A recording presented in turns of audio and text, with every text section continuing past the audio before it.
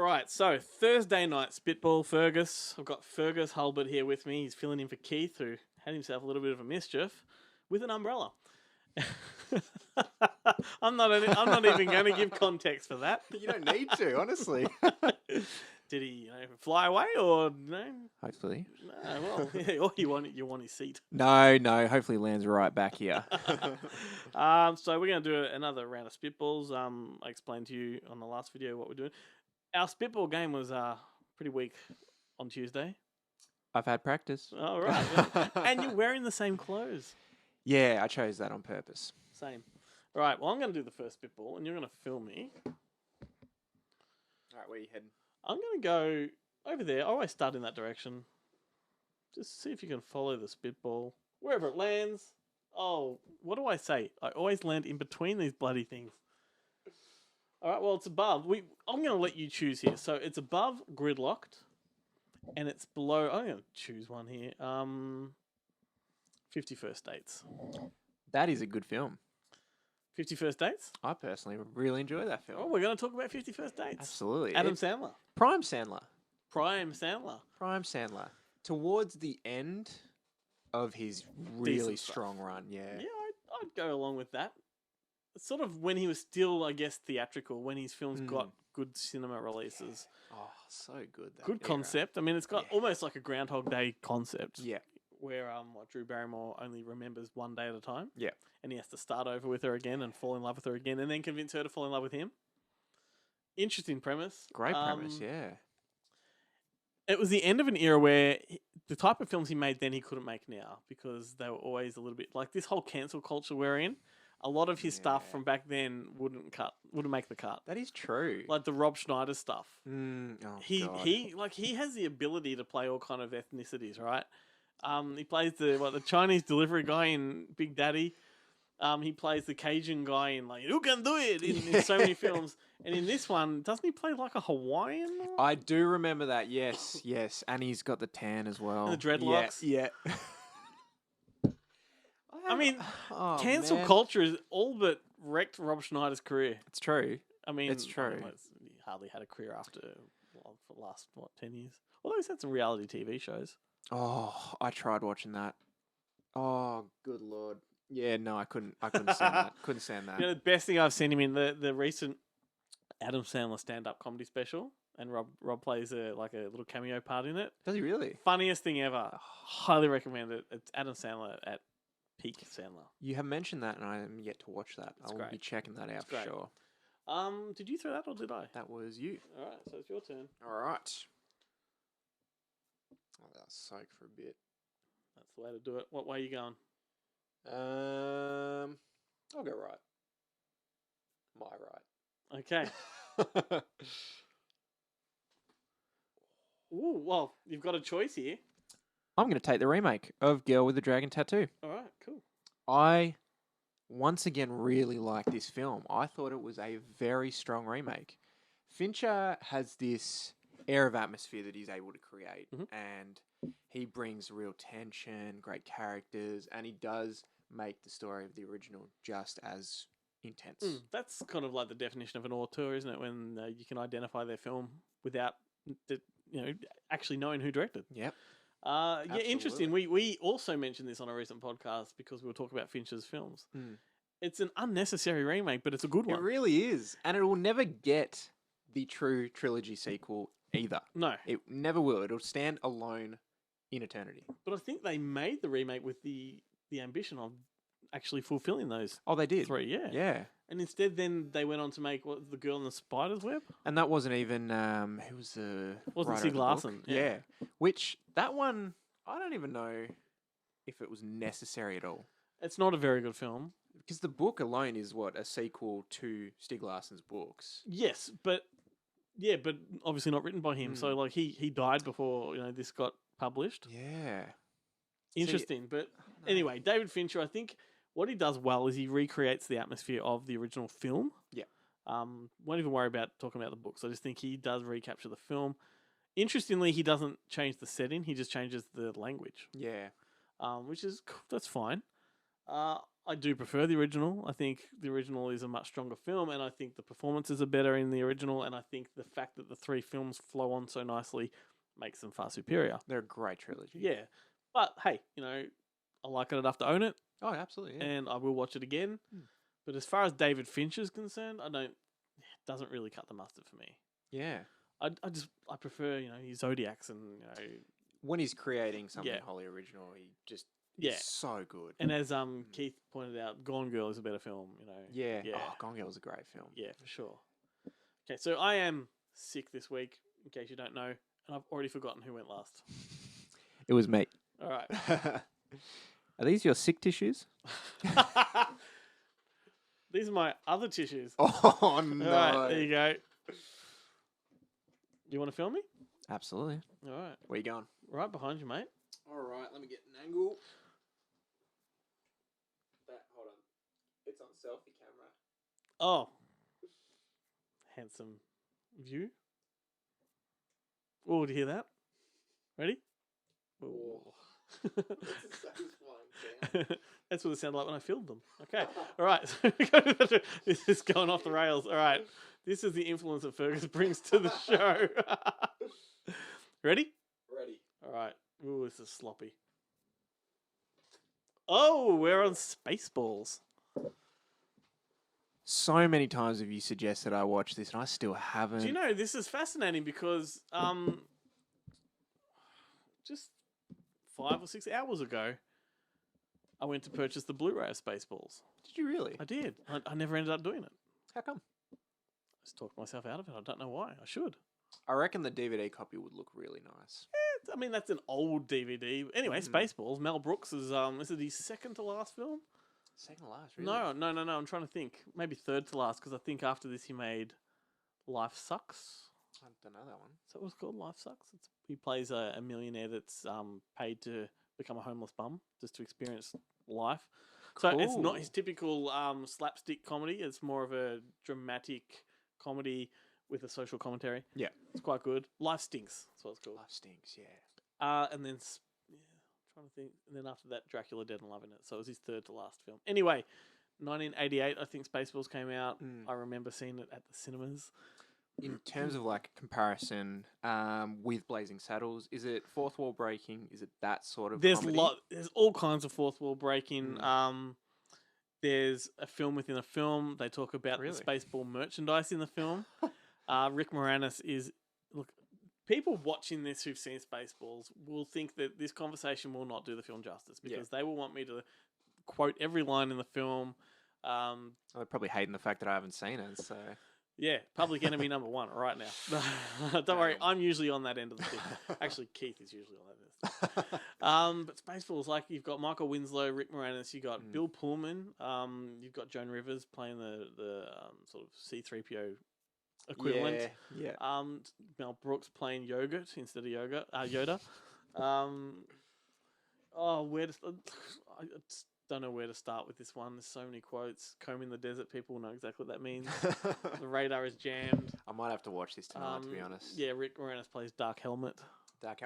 John Candy, oh my god, he plays I've lost his name. Is it Barth? Yes, I think it's Barth. Oh, sorry, people. He plays the Wookiee character, but he's like, he's a Mog. He's a half man, half dog. And he always says, "I'm half man, half dog. I am my own best friend." And then you got Pizza the Hut as the villain.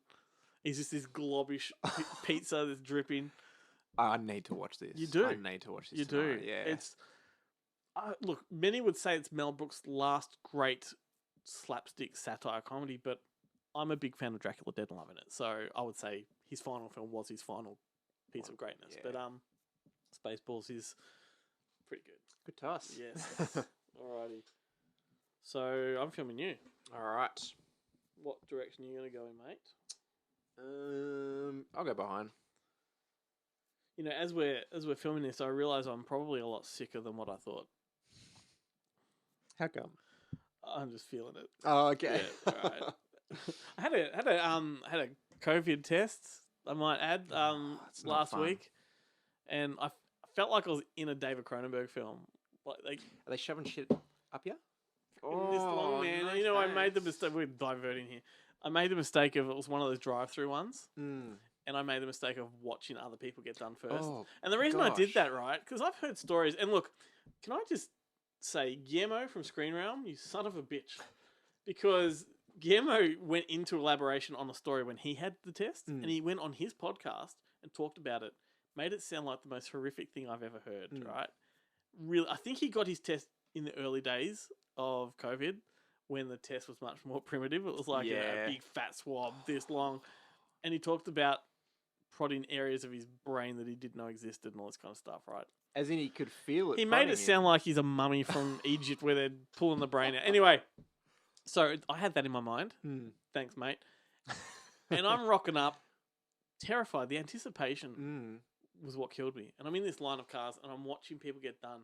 I'm looking at their rear vision mirrors on the side and I can see them getting actually tested, right? So what's going through my mind is it wasn't the pain. It was how long it's going to last, right? So I'm thinking no matter how much this hurts, I need to know how long it's going to hurt for. And it was like a second. They're just up, in, boom. And that's it. And that's it. And I'm thinking, I can handle that. Obviously, they're letting people behind the wheel. They can drive off. It's not going to be soul destroying or anything like that. I'm getting up there and I am absolutely like petrified. And they take a swab of your mouth first, like back of your throat. That's fine. And then before you have a chance to prep yourself for it, she goes, and now I'm going to go up the nose. And she's up there. And before you have a chance to react, it's done. It's like It's getting done. a needle in high school. And I'd rather get this swab than a needle. Yeah. It actually doesn't hurt, but it feels like, when you go to a swimming pool that's got a high chlorine count and it goes right up your nose. Yeah. And you get that sting right around there. That's what the COVID test feels like. It's nothing to worry about. So if you have to get it, just do it. Yeah, just This, do it. This is a public service announcement. All right. Anyway, hang on. We're 2 minutes into that. I'm going to start that again. That was a 2-minute digression there. I like that. Well done, me. All right. And I do feel sick. And it's not COVID. I've had the results. Well, thank God, because I don't think I'd be sitting here right now. Anyway, all right.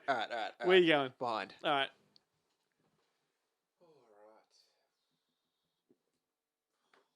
All right. Come on. Where did it go? I don't know. Did it not stick? It did not stick. All right. Go again. Go again. All right. I've prepared one for you. Oh, cheers, mate. Yeah, this is a nice big one. So let it be loose and floppy. Hold on. Let's just get some water. Oh, we're running out of We're water. running out of water. We're absorbing. This is an absorbing show. All right, go for it. Oh, Red State. Red State. Kevin Smith. Another one I haven't seen. Okay, well, this is geez, we keep landing on films that we've actually referenced the actors of on previous episodes. Last week we talked about John Goodman. He's in Red John State. Goodman's in Red State. Melissa Yeo's in this. It is Kevin Smith's first, if I'm not mistaken, departure from comedy. So that whole Askewniverse that he does with Jay and Silent Bob. I think this was his first dabble into what was perceived as horror. It's not quite a horror film though. It's a siege film. It's all the Westboro Baptist Church in America. They rock up with those offensive signs at funerals and things like that. Yes. It's a take on them and their church and the inner workings of it. Oh. And pretty much they get denounced as a terrorist organization. Is that right? And this film is all about the FBI and the cops running a siege on them. Yeah. And then it's a standoff and it's violent and it's action packed and it's really good. It's heavily dialogue driven, good script, and it was a really, really good departure for Kevin Smith. Yeah. Coming from Kevin Smith as well, because you're just so used to his, what's the universe called?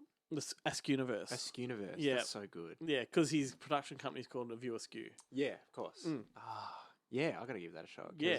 I will always go through Kevin Smith's back catalogue. Yep. Absolutely. Mhm. That's the thing. Like, you can't go wrong with any. It's of his funny when films. I always like to sort of, if I can attach a story to a filmmaker when we do this, I do. And I spent time at the Vancouver Film School in Canada, which is where he went, right? So, but he quit. He only lasted like a semester, and then he went back to Jersey, right? So he went to Canada, I think it wasn't a scholarship, but he had some reason for going there cheap. Served a semester. It was all too much, so he quit. Yeah. But because Clerks had come out when I was there, and it was such a huge runaway hit, they had like framed pictures of Kevin Smith on the wall saying, "No, Kevin Smith Vancouver Film School alumni, and Really? he quit. He didn't even like finish a semester. I mean, And they then- got to look good. That's the thing. But I think last year, or even if not this year, he went back and got like an honorary doctorate or whatever. he Yeah, like a really? degree from them. I'd feel weird accepting that. Yeah, honestly. I know. Anyway, that's my Kevin Smith story. That was a good That's- story. That's about my only association with the man. Right, are we done? How many have we done? I have lost count. We're about 15 minutes into this. I reckon we can go one more. Go on. All right. But like you said, we've not got much water left. I won't even bother filming it, mate. All right. We've done that before too. Just don't bother filming. Where are you gonna go? Oh, this has to be our last one. We're out of water. Unless we go the real Spitball. I was gonna say, go on, spit in it. Blu-ray. We haven't been in that direction for a while. Yeah. Boom. Oh, I'm going to just quickly. Ooh. This has landed on one that is actually a bit of a rarity, and I don't want the Spitball to actually damage the cover, so I'm going to pull grab this it one off. Yeah. So this one landed on the editor, and I've actually got two copies up there. One is the Monster Pictures release, and one is the American Shout or Scream Factory release. What a film this is, mate. You would absolutely love this. I've seen the monster film cover before. So Definitely. this was made by a Canadian filmmaking troupe, I guess you'd call them, called Astron 6. I think it's 5 guys. They make... How do you explain Astron 6 to someone that doesn't know their work? So, we talked about Broken Lizard on the podcast. Yeah. Imagine that in horror terms, right? So they make very retro kind of throwback movies. So their first one, the one that made them famous was called Father's Day. Yeah. So it was a real sort of slasher kind of film. Then they made Manborg, which was all green screened, shot for like $500, but all DIY. But it was a real 80s sort of Eliminator style action film, glorious stuff. Editor is where they got a bit more money because they sort of made it, a little bit further up the filmmaking chain and were given money. And this is a giallo film, so it's like a Italian horror Dario Argento style giallo. Yeah. But it's shot like one. You'd swear if you're watching it and you've never seen it that you're watching something from the 70s. It's deliberately out of sync and dubbed at times, not all the way, like a giallo film. Yeah. And it's all about a really gruesome murder that takes place on a film set and the investigation that goes along with it. And look, there is no explaining Astron 6 to people that have never seen them other than just go and watch them. Yeah. They made a whole lot of short films as well. One of them went on to direct on his own The Void, which was a big sort of octopusy tentacle creature feature. Very, very cool R-rated film. And yeah, not much more to say. Astron 6, more than the editor, just Astron 6. Look them up. It's a great cover for that one. It is a great cover. Most famously, look, I don't like telling people to go outside of Australia to buy stuff, but when it comes to Father's Day, and the Monster guy's going to hate me saying this because it's a Monster release, right? But the Australian version of Father's Day got banned, right, because of one particular scene. So they then had to recut the film and remove that scene. So the Australian release doesn't have it, unfortunately. The American release does. There's a scene where a guy has his dick in his hand and slices it open with a Stanley knife from top to bottom. That's bad. It's horrendous. That's cooked. It's horrendous. And so if you like that kind of thing, you might have to buy this elsewhere. And it doesn't shy away. Doesn't show away. Ooh, However, man. having said that, look, taking the one scene out of the film doesn't affect the film itself. And the Monster Pictures release has some amazing special features that the other one doesn't. So buy both. So you don't think that it detracts from the film? It doesn't having detract from the seen film. It's just that knowledge that this film got banned because of it that you want to see it. And it sounds fair enough, to be Yeah, honest. Yeah, but it's a great film regardless. But the special features on the Monster one are pretty damn good. So anyway, good spitballing, mate. Yeah. Thanks. For Definitely improved from the last For one. sure. Yes.